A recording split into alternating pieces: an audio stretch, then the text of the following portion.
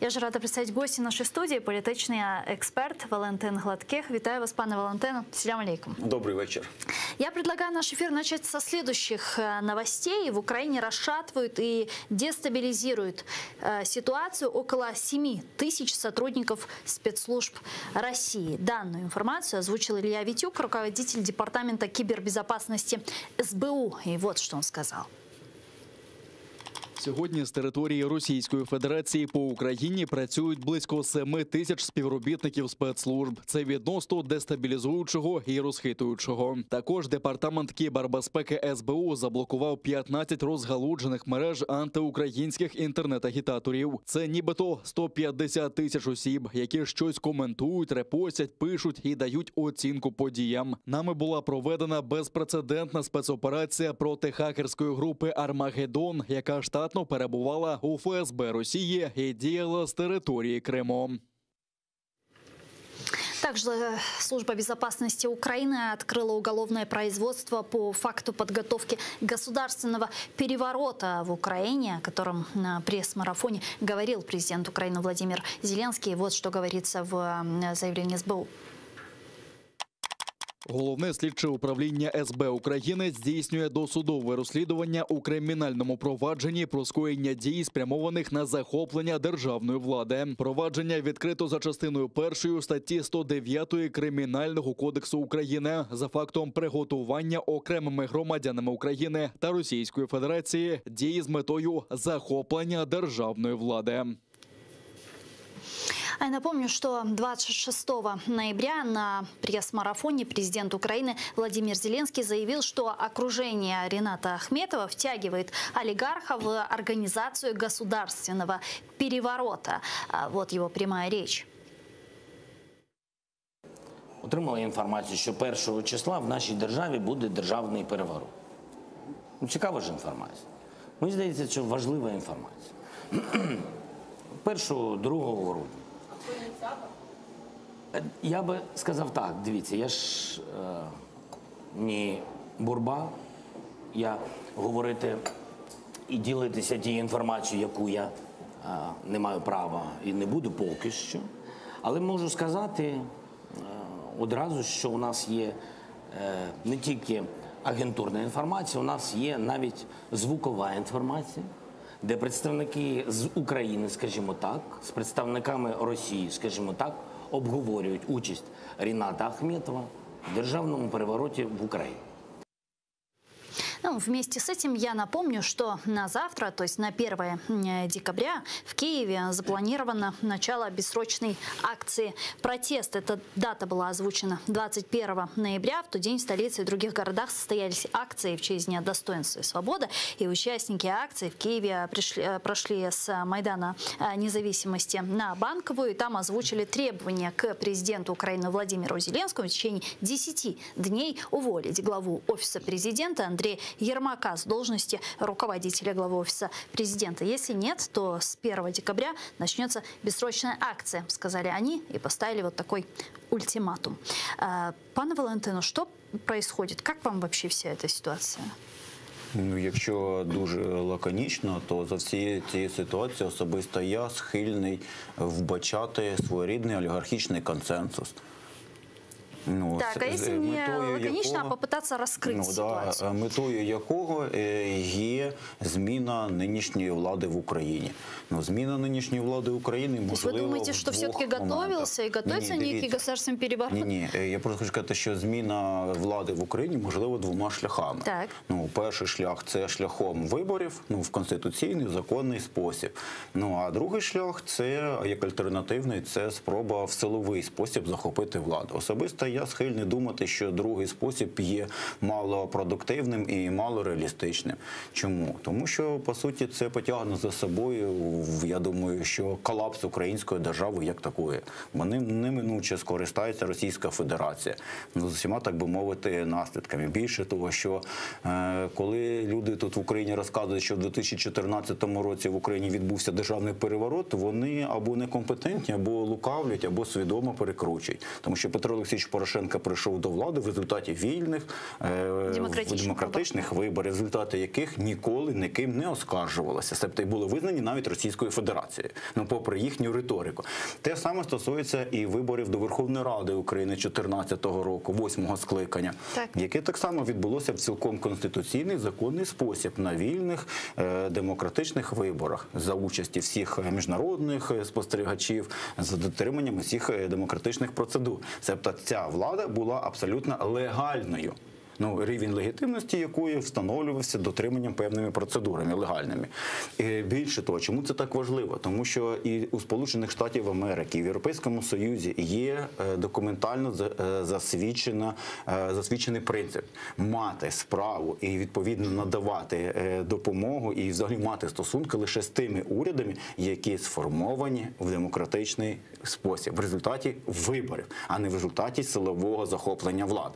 Тому можемо продивитися, якщо хтось в Україні, по-перше, ризикне і захопить, припустімо, владу, що я, чесно кажучи, сильно сумніваюся, бо для того, щоб захопити владу, треба спиратися на якусь суспільну підтримку. У нас на сьогоднішній день... по крайній мірі, підтримку воєнних, силових структур. Да, але на сьогоднішній день, знову ж таки, ніхто з опонентів політичного і Зеленського не має вищий рівень підтримки в суспільстві, ніж сам Зеленський, що, власне кажучи, дещо і прояснює. А українським військовим є чим займатися, бо ми перебуваємо в стані військового конфлікту з Російською Федерацією.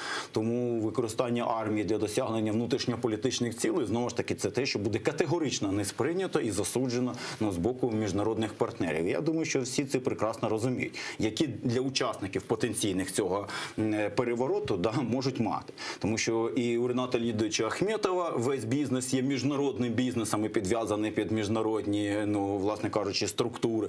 І він прекрасно усвідомлює, що є чимало людей, які можуть йому зателефонувати і сказати «заспокойся». І Петро Олексійовичу Порошенко можуть зателефонувати дуже багато впливових людей і сказати, що Петро Олексійович, давайте не грайте в цю гру. Хочете до влади, будь ласка, на вибори. Нема підстав правових для виборів, то, будь ласка, почекайте, бо там хай спочатку покажіть, що ви щось зростає. Так, в таком случае, насколько ответственно со стороны президента Украины Владимира Зеленского так публично заявлять о том, что олигарха, у которого есть довольно серьезные экономические связи с западными партнерами, инвестиции и так далее, насколько ответственно президенту об этом так публично заявлять, насколько это может отразиться плохо в экономическом плане для нашей страны? Всі ці безстрокові акції протесту, дуже багато інших нюансів, як вони можуть відобразитися на ситуації в країні. Тобто я би хотів, щоб ми, коли аналізуємо наслідки... говоримо про заявлення президента України. Заявлення президента ґрунтувалося на певній інформації. Тобто президент же не сказав, що я собі так думаю, або я собі це вигадав. Він сказав, що йому надали інформацію, є якесь документальне підтвердження, яке свідчить про що? Про те, що є група... Ми ж розуміємо, що в країні є у президента багато інформації, може бути, але це ж не значить, що він може озвучувати її везде. Він може її озвучувати, що він такого зробив? Служба безпеки зараз буде здійснювати перевірку цієї інформації. А що він має про це мовчати? Тобто, більше того, що з цієї заяви, власне кажучи, походить. Можливо, це також є попереджувальний захід своєрідний.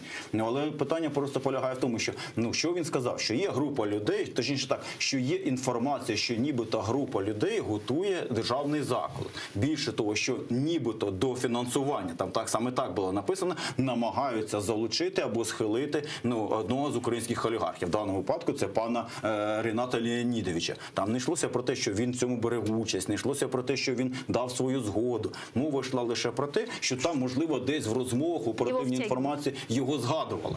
Так там могли мене згадати, могли вас згадати.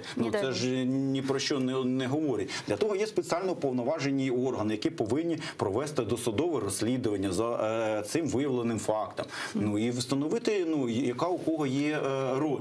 Я, чесно кажучи, схильний думати, що в цю азартну гру в Україні нема суб'єктів, які готові грати. Тому що, якщо, вибачте за вислів, кішка тонка. Якщо дуже просто так сказати, для того, щоб грати в таку гру, треба бути готовим поставити на кон все або нічого. А таких нет? А у цих людей нема таких. Є люди, яким нема що ставити на кон, тому вони готові своєю шкурою і хвостом, і полосками на хвості, як от Матроскін, ризикнути заради того, щоб отримати все. Але у таких людей нема сили. Ну, а у тих людей, у яких є реальна сила, і яких є реальний ресурс для того, щоб здійснити таку доволі складну операцію, як державний переворот, да? Це не кіно, не мультик, да? Що так раз і все відбулося на наступний день. Ну, такі люди прекрасно розуміють ці потенційні ризики. І я схильний думати, що вони на це не підуть. Ну, тому що вони бояться потенційних наслідків. Вони не хочуть опинитися в Гаазі в перспективі. А такий шанс є величезний. Ну, це один момент. Другий момент. А спроби переворотів, вони не завжди успішні, якщо хтось забув. Ну, часто бувають неуспішні спроби державних переворотів. Що тоді? Будуть сидіти так от тремтячими руками, як пам'ятаєте, ГКЧП колись було, якщо хтось пам'ятає, да? І давати прес-конференцію, так от труситися, розказувати, що там ми створили комітет національного порятунку на чолі з Сивачолим гетьманом. Ну, я думаю, що це абсолютно абсурд. Я слабо собі уявляю цю ситуацію. Людям є що втрачати. Тому я схильний думати, що все це насправді не буде силовим захопленням влади. Що насправді справжньою метою цього всього є створення підстав для дострокових парламентських і, можливо, президентських виборів. Але вибори. І знову ж таки, це лише спроба це створити. Тому що на сьогоднішній день я не бачу жодних правових підстав для дострокових парламентських чи президентських виборів. Тому що вони чітко визначені в Конституції України. Завтра мітинг. Петінг. Може перетворитися на петінг цей мітинг. Ну от побачимо. Многие патриотично настроенные силы Украины планируют пойти на этот митинг. Вот вчера в нашей студии была народный депутат из фракции «Европейская солидарность» Нина Южанина, которая тоже поддерживает вот такой митинг, который планируется завтра провести. Вот как вы думаете, может ли он перерасти действительно в такую долгосрочную акцию, довольно масштабную долгосрочную акцию? К чему она может привести? Якщо там буде Южаніна і інше, ну, ця відверто афілійовані, да, з певною політичною силою люди, ні, не може. Ну, я, до речі, також приналежу до національно свідомої частини українського суспільства, до патріотичної частини українського суспільства. Ну, але я не підтримую, наприклад, тих людей, які на сьогоднішній день намагаються приватизувати весь цей сегмент. Ну, тобто багатьом це видається дуже дивним і неприємним, але можна любити Україну і не любити європейську солідарність. Ну, можна бути патріотом, можна бути навіть націоналістом і водночас не підтримувати Петра Олексійовича Порошенка. Ну, це нормально абсолютно, треба просто з цим змиритися, що всі ці претензії монополізувати весь цей сегмент суспільний, вони виглядають дуже кумедно. З точки зору політтехнології, да, я розумію політтехнології. Но здесь есть четкое требование у активистов, которые организовывают этот митинг, это отставка главы Офиса президента Андрея Ермака. И в случае, если президент Украины Владимир Зеленский не отправит его в отставку, они обещают эту акцию превратить в долгосрочную. Нема питань. У нас на Майдані Незалежності стоять там якісь ФОПи вже, я не знаю, рік стоять, також там безстрокову акцію проводять. Ну, є купа інших таких... То есть вы не верите, что это может превратиться в более масштабную какую-то акцию? За умови збереження наявних тенденцій ні, не може. Але може статися якісь події, які дійсно можуть розпалити цю акцію. Наприклад? Ну, я не знаю, може бути якась ескалація насилля, якась провокація, можливо, відбудеться якесь стрімке і помітне погіршення соціально-економічної ситуації в країні, коли кількість невдоволених суттєво зросте. Але насправді проблема ж не в тому. Проблема в тому, що протестний рух і весь опозиційний рух, який є по відношенню до Зеленського, на сьогоднішній день немає якогось достатньо популярного лідера. От і все. Ну, тобто проблема полягає в тому, що вам може не подобатися Зеленський, але проблема полягає в тому, що альтернативи, які на сьогоднішній день є на політичному ринку, умовно кажучи, вони в українському суспільстві значно менший рівень довіри мають. Ви реально вірите в те, що Ренат Леонідович Ахметов – це некромант, який підіймає з політичного небуття політичних небіжчиків на кшталт Ляшка, Гройсмана, Яценюка? Ну, тобто ви серйозно вірите в те, що ці люди зараз можуть повернутися в українську політику, що українське суспільство їх чекає? А в случае проведения возможных внеочередных президентских выборов во втором туре, кто может составить конкуренцию Зеленскому? Давайте розберемося, хто туди спочатку в другий тур може потрапити, тому що це також є на сьогоднішній день неочевидне. Бо у нас є сьогодні Зеленський, як в боксі, да? Є абсолютний чемпіон і є купа претендентів. Так от серед цієї купи претендентів, ну, я би схильний виділити був тих людей, які орієнтуються на нові електоральні ніші і які потенційно можуть акумулювати навколо себе, ну, потенційний електорат опозиційний до Зеленського. Хто? І це швидше за все, вперше я би назвав пана Кличка гіпотетично. Ну, як з одного боку, поколіннєво він ближче все-таки до того покоління, що і Зеленський. По-друге, він все-таки має якусь політичну структуру. Мені, наприклад, смішно, коли починають депутатів титрувати член міжфракційного об'єднання «Розумна політика». Я забуваю сказати, що, наприклад, депутат, який є членом міжфракційного об'єднання «Розумна політика», також є ще членом 14 міжфракційних об'єднань. І що насправді міжфракційне об'єднання – це ніщо. Ну, це фікція, да? Тобто, коротше, це абсолютно не є політичною позицією. Ну, да? Але тим не менше, коли у Разумкова з'явиться партія, бо Кличка партія вже є, коли у Разумкова з'явиться якесь представництво в органах місцевого самоврядування, хоча б, як у того ж самого Кличка, ну тоді ми можемо говорити про те, що він є гідним конкурентом. Це, що стосується потенційно нових облич, так званих, бо запит на нові обличчя нікуди не зник. І я погоджуюся з тим, що запит на нові обличчя можуть задовільнити ці два кандидати. Зокрема, і Разумков. Але Разумкову для того треба створити свою партію, да? Для того треба гроші. А хто дасть гроші, той буде давати туди людей. Да? І коли Разумков напряму запитують, де партія, коли вона буде? Він що говорить? Він чесно говорить, що ну, краще не поспішати, бо це ж треба відібрати людей. Ну, а хто буде давати гроші, туди дасть людей? Коли ви подивитеся на людей, які опиняться в його партії, ну, то хто там буде? Може, Шевченка він візьме туди? Ну, всіх інших оцих вигнанців з «Слуг народу» чи якихось інших людей. Це що стосується одного сегменту. І другий сегмент. Ну да, потенційним опонентом може бути пан Бойко. Ну, як людина, яка є монопольним кандидатом на біло-блакитному електоральному полі. І він там міцно сидить. Але знову ж таки, які обсяги цього електорального поля? І чи впаде рейтинг Зеленського настільки, да, щоб зрівнятися потенційно з рейтингом, розміром того поля, яке є біло-блакитним, умовно кажучи. Ну, якщо це станеться, да, тоді треба сказати, що своєю дискредитаційною кампанією нинішні національно свідомі партії допомагають тому, що за великим рахунком зменшують відстань між, умовно кажучи, Зеленським і тим самим Бойко. Далі нюанс, ні, це ще не все. Далі Тимошенко, ну, зі своєю соціально орієнтованою риторикою. У неї є своя електоральна ніша, на якій ніхто не пасеться. Це її монопольна вотчина. Тобто вона як сиділа там, грубо кажучи, на своїх 13-14%, так і сидить. Але ми розуміємо, що якщо ситуація буде погіршуватися, тарифи, да, енергетична криза, то вона може наростити також собі електорат, ну, на цьому енергетичний кризис зараз, к сожалению, далі. І є, звичайно, Петро Олексійович Порошенко, хто каже, не можна скидати з рахунку. Але у Петра Олексійовича Порошенка є одна проблема, у нього антирейтинг 75%.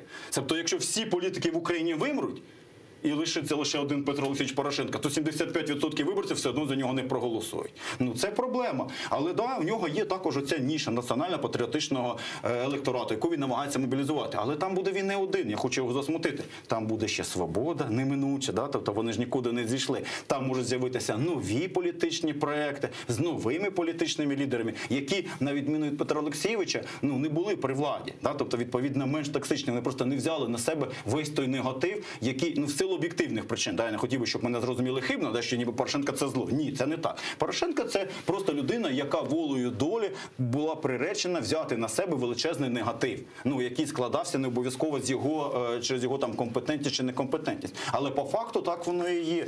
Тому тут, я думаю, що спочатку, бачили цей фільм «Гра престолів», там була така серія «Битва бастардів».